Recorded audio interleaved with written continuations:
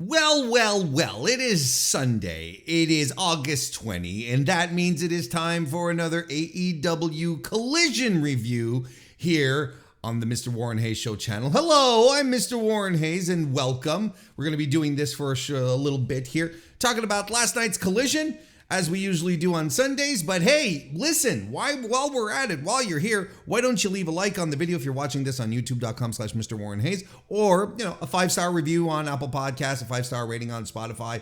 Any kind of love that you can show for the old Warrenster would be great. But thank you very much for being here, Collision Cowboys. Let's get some let's just get a little programming note out of the way before we do anything else here. There will not be an AEW Collision review next Sunday because next Sunday is the 27th is going to be All Out, AEW All Out, and no one is going to be listening to my Collision review while All Out is on. Probably by the time you get to it, if there are any points to be made, they will all be moot. I just don't see, I know, not in the middle of the afternoon, or at least, in the middle of the afternoon here on the Eastern Seaboard. I don't see how it will provide any value next week. So we're just going to skip it. We're skipping next week. We'll all just tuck in and watch the big show. And then I will review, of course, Allin on the Mr. Warren Hayes Show on the following Tuesday. And, I'll be previewing it this week on the Mr. Warren Hayes Show in a couple of days on our live recording, which happens on youtube.com/MrWarrenHayes at 7 p.m. So I'll be reviewing the show then. So, tune into that, and then we'll have the full preview. But yeah, anyway, if we circle back to the initial idea behind this point, there will be no Collision review next week, if that's okay. But, this week, listen, I know there's a lot of stuff, as I like to say, going around in the meta of the shows. That's how I like to refer to it. In regards to CM Punk, in regards to Cash Wheeler. We're not covering any of this today. There's not much to cover that I haven't already covered or that I will cover. But then again, look, what I'm trying to say, don't be so oblique, Warren. What I'm trying to say is in regards to CM Punk's latest shenanigans, I talked about that in length on the podcast earlier this week, so you can go check that out. This past week's edition of the Mr. Warren Hayes Show. And as for Cash Wheeler, I think everything is pretty much said right now. This is a developing story. I don't think there's anything more to add than that has already been added. And I think going deeper into it is irresponsible at this point. It would just become like pure speculation. For all intents and purposes, from everything that we understand, he has not received any.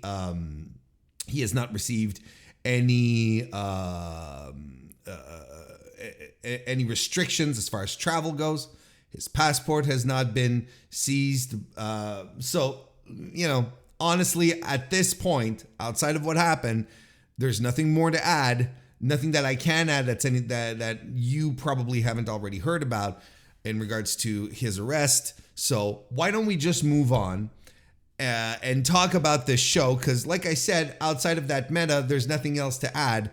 I don't have anything else right now to contribute. So we'll just keep an eye on things and make sure to follow the Mr. Warren Hayes Show, which is where I usually tackle most of this stuff anyway.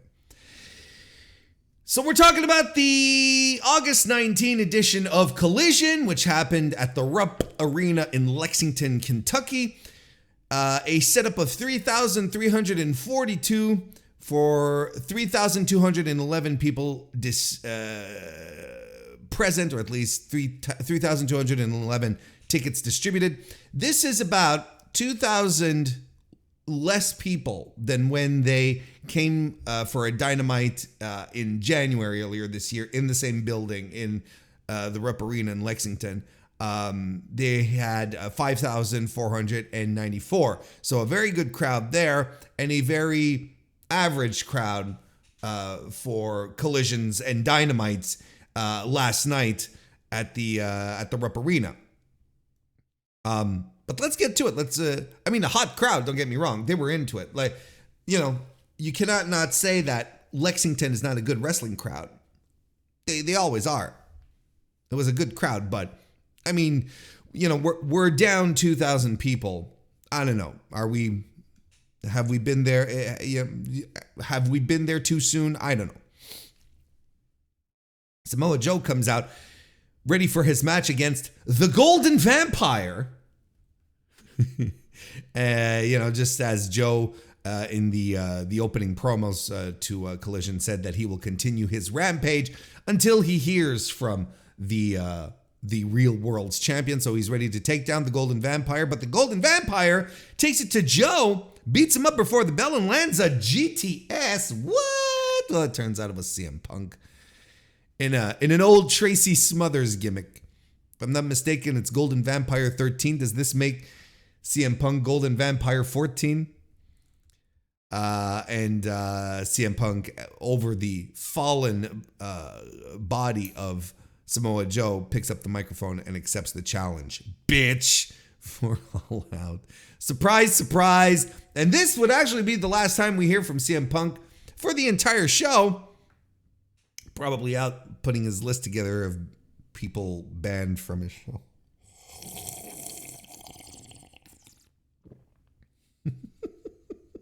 That was a joke.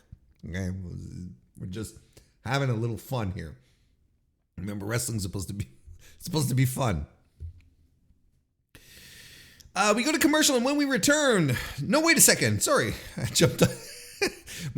I should stop just doing jokes. They're throwing me off my format. Then we get Jay White defeating Dalton Castle. Good match. I enjoyed this. I thought that was pretty good. The guys were landing power moves on each other early on in the match until Jay dumps Castle to the floor, and then he lands a gourd buster on the apron, and Juice chases the boys away in the most Juice way imaginable. Here's the thing. I think I've pointed this out, but just in case we may have forgotten, as much as I was done with Juice in New Japan and how I thought he had hit a ceiling, that there was nothing else for him to do, and that I was saying, he should, when he announced he was leaving, I was like, good, leave the territory, and start up fresh, let's see what happens, maybe something good, because I was so down on Juice Robinson and so sick of him. But he has embraced this absolutely off the wall character and is just going full force in it, and the American crowd is lapping it up, and good. And I like, should we call it a career resurgence? Is this I don't know, probably not. I think I might be going a little too far. But I know of multiple people who were sick of Juice Robinson who are now back on the Juice Robinson train. So,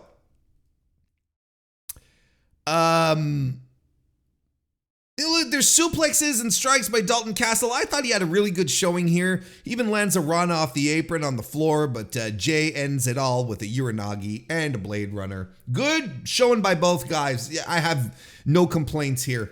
No complaints. I enjoyed this match. In fact, I have minimal quibbles for the entirety of this show. I enjoyed this show. Anyway, let's keep going. We go to commercial, and when we return, Tony Schiavone is still in the ring with Bullet Club. We're getting 3 full quarter hours. Well, maybe not full. We're getting 3/4 hours of Bullet Club here. 45 minutes of Bullet Club, folks. Bullet Club Gold, to be specific. So Tony Schiavone's in the ring with them, and of course they're bullying him, as they do. Jay White claims that the Elite have deceived the entire pro wrestling world, claiming that they are the best that Bullet Club has ever produced, or the best faction of Bullet Club. But he's here to set the record straight. So Allin, Bullet Club Gold will show that they are a cut above the Elite. See, The switchblade knife pervert cut above. Juice throws shade to Hangman Page, the Guns at the Jacksons, and we are ready for trios actions where Austin Gunn, Colton Gunn, and Juice Robinson defeat the Iron Savages.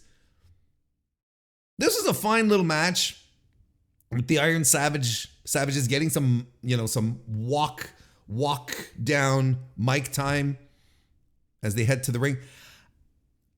And of course, look, in case you're wondering, in case you haven't figured it out yet, or maybe you're like, see, these guys seem familiar. These are the former Bear Country guys, and I'm talking about Boulder and Bronson here. And now there's Jack Jameson in Jacked. It's not just Jack. It's not like Jack Perry or Jack in the Beanstalk or Jack Nicholson or Jack Nicholas or Jack of all trades or Jack of spades or Jack Reacher or Jack... I'm out of Jacks. That's it.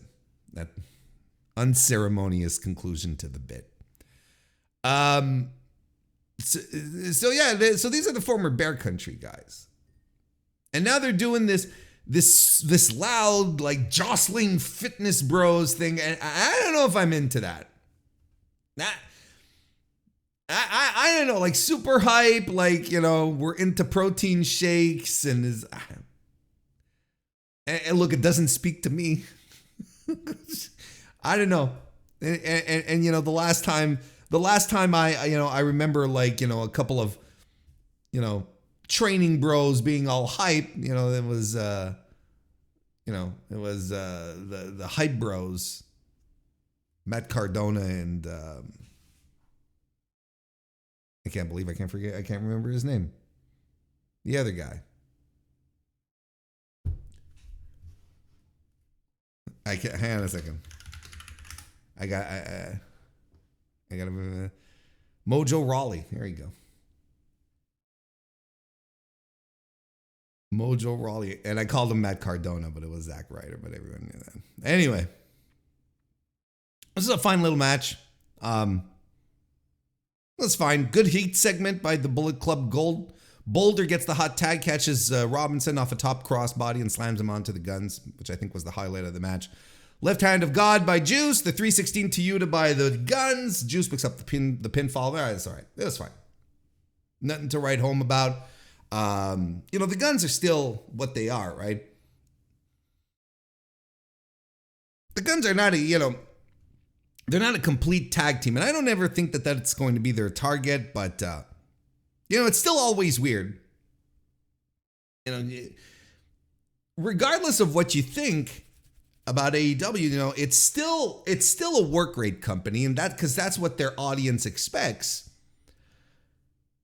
So it's easy to get down on people when they're not doing the work rate thing, and the Guns, that's not what they're there for. I don't know.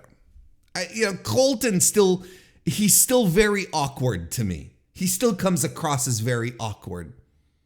Austin's always been a more complete package, and I still maintain one day he's going to be in WWE. Anyway, let's move on. The House of Black put Billy Gunn's Goots in Billy Gunn's Goots. A what now? They put what in where? In what? They put boots in. Let me say that again. The House of Black, we'll edit it out. Before putting it out. No, we won't. The House of Black put Billy Gunn's boots in a trash compactor. So clearly they didn't need the gear as we all thought, as we all believed, after stealing Andrade's mask and now the boots from Billy Gunn. It's not that they need them. They really are just messing with people. And now they're in a trash compactor. What disrespect. I wonder if this might be settled at a pay-per-view.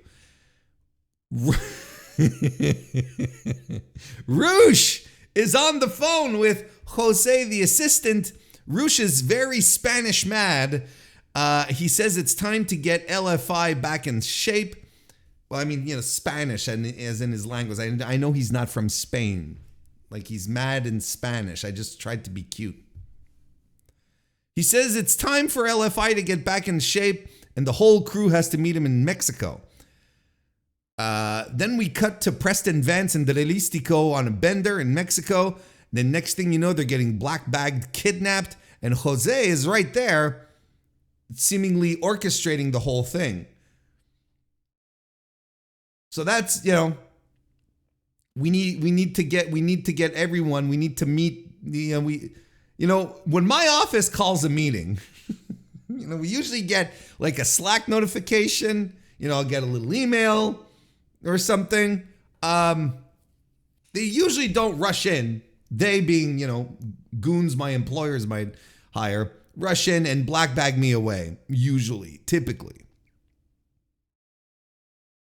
Then we go backstage where Ricky Starks is with Tony Schiavone. They clarify that Tony screwed up when talking about the suspension time. It wasn't 60 days, not 30 days, 4 weeks. Oh.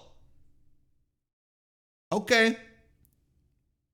So, just to clear up everything, he's going to be back in time for the pay-per-views. But he was going to be back anyway. I think he was going to be back in time for All Out at the very least, right? Even with 60 days, I don't know. It doesn't seem like a big deal to me. I don't know. He talks some shit, then introduces his new protege because he has a manager's license now. And this, so he's managing Big Bill now. And you know what? I like the idea of Ricky Starks having a heater. I think about that. I'm like, sure. The slickly dressed Ricky Starks coming to the ring with, the gigantic shirtless Big Bill next to him in jeans. There's something very compelling about that pairing. I enjoy it. Then we have a video package of Ricky Starks saying that people took his kindness for weakness, and that leads us to Big Bill squashing Derek Neal. Then after the match, Ricky pulls out the belt and starts whipping Derek Neal until Big Bill tosses Mr. Neal out of the ring. Now, I think we all know what this whipping gimmick is leading us to, right? Do I need to underscore it? Do I need to say it? A strap match. Against whom? CM Punk. Because don't remember, CM Punk is feuding with everyone. He's feuding with everyone. We get footage of Sting and Darby Allin attacking AR Fox at a WWA 4 show. Was it a show or was it just a train? Look, anyway. They were at WWA 4 in Atlanta. So they jump them, much to the delight of the shocked and awed audience that was there. Then Darby hypes up the coffin match for his tag match against AR Fox and Swerve Strickland on Dynamite. He's going to be paired up with Nick Wayne. All right. Darby doing double duty on these feuds. Willow Nightingale defeats Diamante. I thought this was a good little match. I thought this was well done.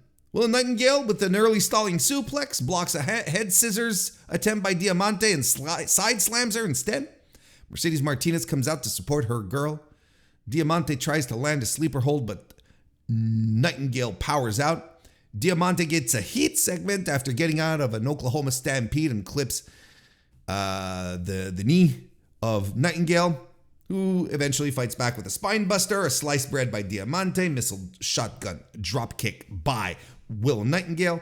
They fight on the floor. Statlander arrives to handle Mercedes Martinez. Willow lands a pounce on the floor, which looked great, and she almost legitimately threw Diamante into the barricades with that one. Gets her back in for the Babe with the power bomb for the win. I enjoyed this. I thought that was pretty good. Diamante looking solid again. Again, this was someone who I thought had a lot of work to do. The last times we had seen her on Dynamites and stuff, and even during you remember the women's cup tournament, the medals? Remember all of that stuff? Remember Ivelisse? Diamante was, I always thought she had a lot of work to do. I didn't think she was very solid, and she's been solid over her past couple of outings. And in this singles match here, I thought she looked very good. So that's fantastic. See, this is what I kind of want to circle back to, a couple of weeks ago when I expressed my views on contemporary women's wrestling, where the argument always seems to fall on, just give us a match, give us more than one match, where we always seem to talk about quantity, but then the quality, it always seems to be something that we always pass up on. And probably because a quality of a match is a little more subjective, right? Than is a little more subjective because of the people watching it, right? We will not all have the same standards for wrestling matches. Whereas a quantity of matches, that's observable, and it's facts, it's undeniable. There were 3 matches, there were 4, there were 2, there was 1. Like, you cannot escape that. That's just facts. So, as I posited, the idea with a lot of the problems with AEW's division go beyond just putting on more matches. Hey, Tony, give us more matches. Like, I'm more like, Tony, give us good matches. Push the right people. Put the right people in the places where they'll be able to make your division shine and have people want more of them. Because look, as far Saraya and Sky Blue is not going to be a match that people are going to clasp onto and be like, yeah, let's give us more, And I don't want to give the impression that I just watched, a match straight out of AJW of the, back in the 90s. This isn't, it's not that great a match, but it was a solid match, competently put together by 2 good pro wrestlers, with Willow Nightingale, who is a pillar of the division. She has a, crowd loves her. She's got the attraction. She's got the connection, was what I meant to say. This is the kind of stuff that you need to be pushing more of than, whatever was these qualifiers for the 4-way, where it's all, we all saw who was going to win in the first place, and then you end up with matches that just go, push the right women, make this feel exciting. And of course, if you only have 1 match per show, then it's always a make it or break it situation, when you could dress it up a little bit. You could add an extra match, and just, if one doesn't quite work out, well, you have, there's always another one, and there, what I mean? Like, there's, it's always do or die with the women's division. It's always like the one. If it fails, everyone pisses on it, and if it, and if it's the opposite, well, everyone cheers, and then they want some more. Look, that's the thing. I found that this was a solid enough match. Good. I enjoyed it. And I look at this and I'm like, well, this is what I'm talking about. This is what I'm talking about. Doesn't have to be a 5-star classic every time. Doesn't have to be Nightingale versus Athena every time. But I have no complaints with this match. This was solid. This was well done. This was a good pro wrestling match. We've seen some recently on AEW and the other place too. They had a pay-per-view recently, a PLE, where their women's division absolutely underdelivered, looked embarrassing at points. Anyway, not getting into that again today, but still the point stands. Then, there was an advertised segment about having, FTR. We'll hear from FTR. And, everyone was going, oh boy, ever since, the news broke on Friday, old G. Willikers What will they have to say about FTR? What will Cash Wheeler have to say? Well, it just came in the form of a video package for the match against the Bucks. Again, like I said at the start of the show, as it stands right now, there has been no confirmation that Cash Wheeler cannot travel to England. I don't think they've deemed him a flight risk, just by the fact that he's been cooperating with that he's been cooperating and stuff. So, all of this stuff makes sense. And, I wouldn't put too much stock into it right now. And why would they address this regardless? First and foremost, why would they address this on AEW? And you can pull out a bunch of reasons, but I don't know why you would front and center say, hey, one half of our tag team champions has been arrested this week. I don't know why you do that. People are saying he should be suspended. Okay, well, that's a whole other discussion. And again, one that I'm not getting into today. Again, I don't know why you talk about it. I don't know why this would need to be addressed at this point.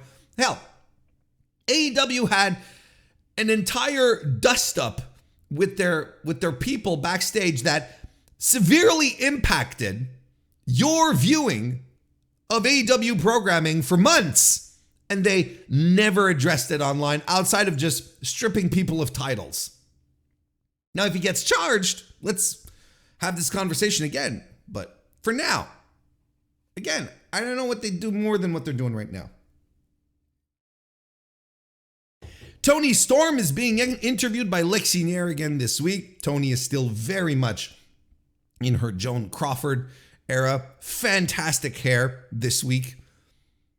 And Toni says, that she doesn't know who the girl who interviewed her was last week, but she was very rude.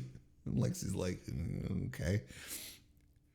And Toni gets upset again when being questioned about Saraya having her back or not, telling Lexi to never question the friendship of the outcasts. She insults Lexi Nair, walks off, and throws another shoe at her out of frame, which is turning into my favorite thing in all of wrestling right now. This is absolutely fucking rules.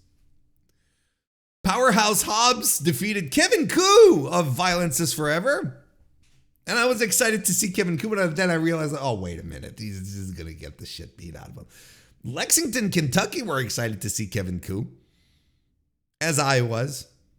Good little enhancement match here. After the match, Hobbs tries to draw out Miro by doing the camel clutch. Miro appears on camera and talks. And this is probably the most disappointing segment of the entire show. I don't know. I've reached a point of saturation with this thing where it's like, because I at the very least I thought Miro was going to, have a match where he was going to destroy the QTV jabrones. Maybe that's still in the works, but this is where I am right now. I kind of, I'm looking forward to Miro and Hobbs, but this feels like it could use a little meat around the bone. And then we got the main event where Darby Allin defeated Christian Cage. Great main event, by the way.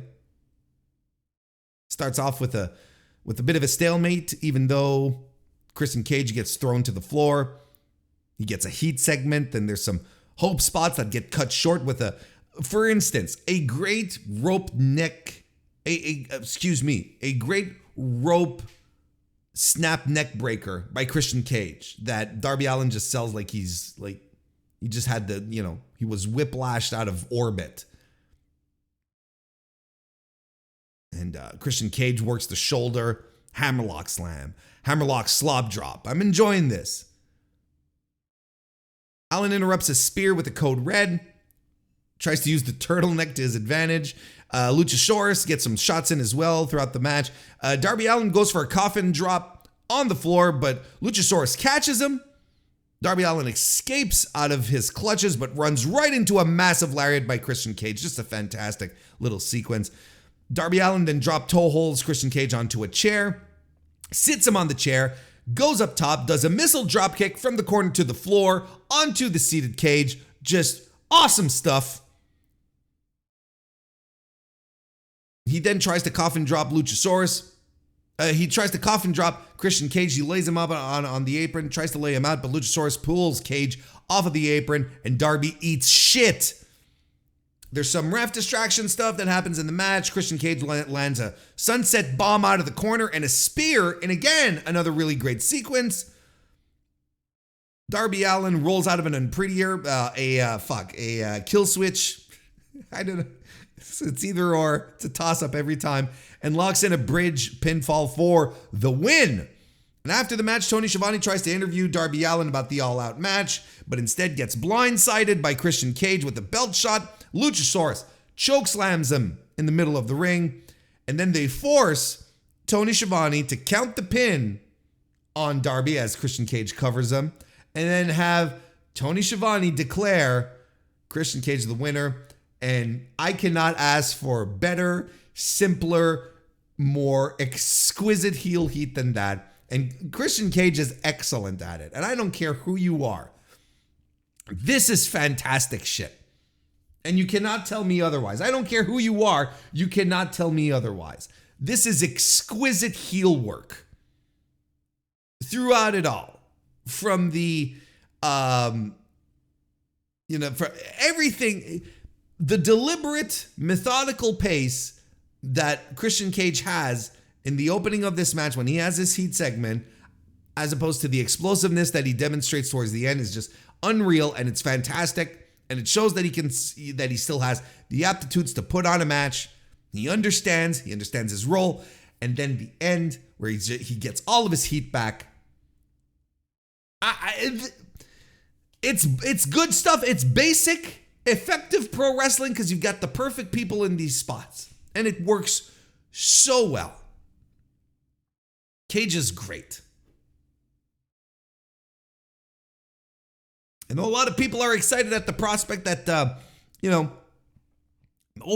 maybe we should have a Edge and Christian reunion in AEW. And I'm like, I hope we don't.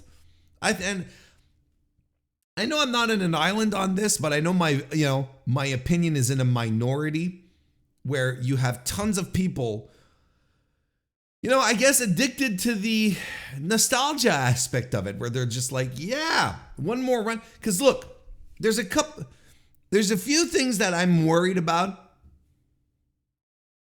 The first being is that Edge is not the worker everyone likes to think he is anymore. Like, he's not, and that's fine. He's had his time, and he's not the worker Christian is, and he does not have the singularity that Christian Cage is able to bring to the ring in terms of just delivering promos and getting heat. And Christian's on another level, and frankly doesn't need Edge to come muddy the waters. And I don't want to see them as a tag team either. I don't have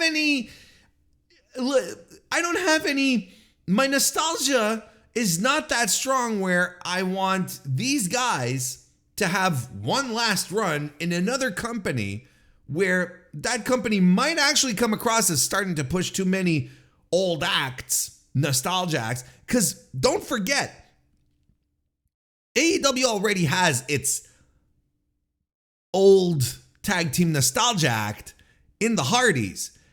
And that's kind of frightful these days. I don't think it's all that great. Not a fan of it.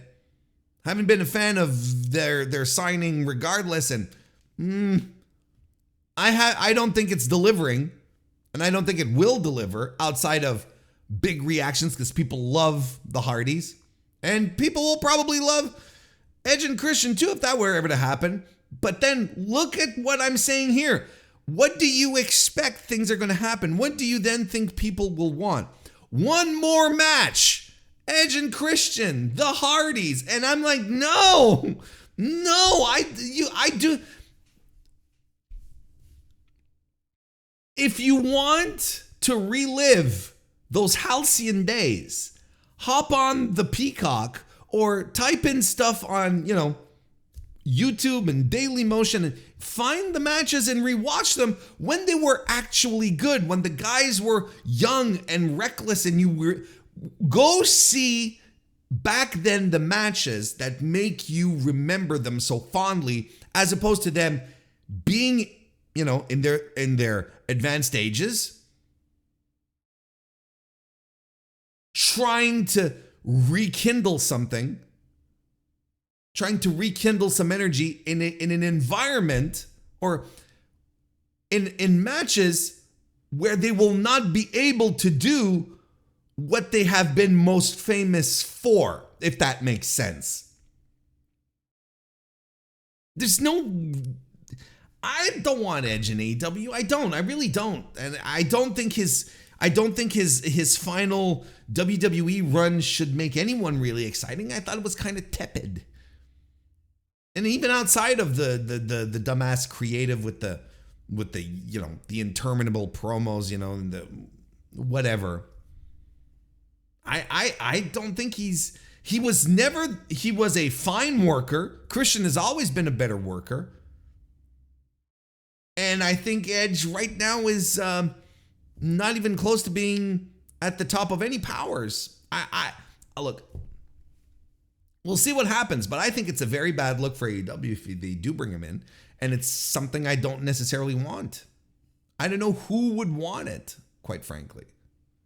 Well, no, I do know who would want it, but I think it's misguided.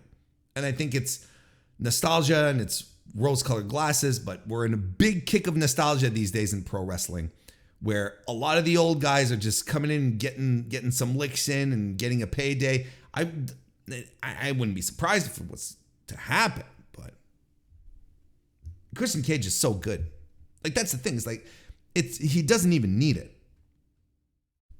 He doesn't even need any of this. He doesn't need Sexton Hardcastle or Brood McBroody or whatever the hell he'd call himself. Maybe just plain old Adam Copeland, right? You know, we just don't need it. I don't need it. I don't think it'd be a good idea, but it could be all wishful thinking right now. Because here's the thing, you know, Edge is going to, I'm so torn what to do next. His contract is up. That doesn't mean he's not going to re-sign with WWE. Doesn't mean we want to return to wrestling, period. He could be just like, nah, I'm going to take a nice long break off of this. And good on him. He made his money. He's in movies. He's in that, he's on a Percy Jackson. Like, he's going to be like the God of War in the Percy Jackson TV show. It's like, good for him. And on all levels, it's fantastic stuff. Just go do your thing, man. I don't think I don't know the guy. I'm not going to pretend like I understand. But if he were to never come back, I would absolutely understand either. I'd be like, sure, this guy's fine. He's got everything he needs. But, wrestlers are wrestlers. And that is how we are going to wrap up this week's edition of the AEW Collision Show review.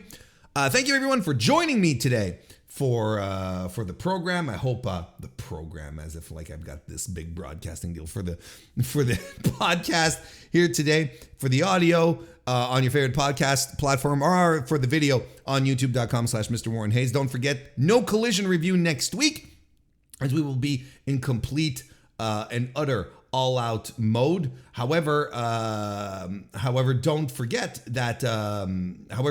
I will be back on Tuesday for a brand new edition of the Mr. Warren Hayes Show proper, where we will be previewing, I should say, Allin. Did I say All Out? I'm still confused. I get confused easily. Listen, next week, we're not here because of Allin. We're going to be back on Tuesday for the Mr. Warren Hayes Show, where I'm going to preview Allin. So that'll be a good time. Thank you for being here, everyone. And I'll see you next time.